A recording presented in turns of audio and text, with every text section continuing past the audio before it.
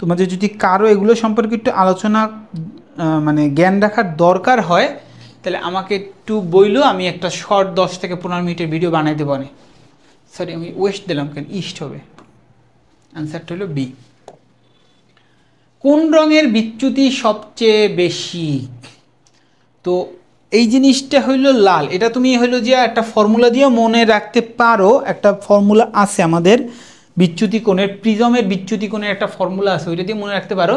But আপাতত মনে রাখো বেনি আসহ কলা। তো এইখানে এই যে বের মানে বেগুনি সবচেয়ে কম আর লালের সবচেয়ে বেশি, মানে ক্রম অনুসারে আস্তে আস্তে বিচ্যুতি কোণটা বাড়তে থাকবে। বেনি আসহ কলার, আরেকবার বলি, বেনি আসহ কলার ক্রম অনুসারে বিচ্যুতি কোণটা আস্তে আস্তে বাড়তে থাকবে। ওকে,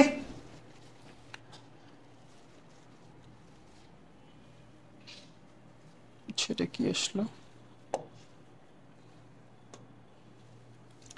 নিচের কোনটির কার্যনীতি আবেশক্রিয়ার উপর প্রতিষ্ঠিত?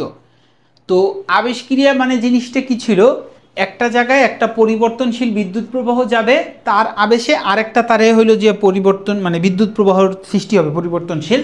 তো ট্রান্সফরমার সম্পর্কে তো হালকা পাতলা আইডিয়া আছে যে একটা কুণ্ডলীর মধ্যে দিয়ে বিদ্যুৎ যায় আর একটা কুণ্ডলীর মধ্যে বিদ্যুৎ আবিষ্ট হয়। তো এইটা হইলো আমাদের অ্যান্সারটা হইলো ট্রান্সফরমার, এটা হইলো বি।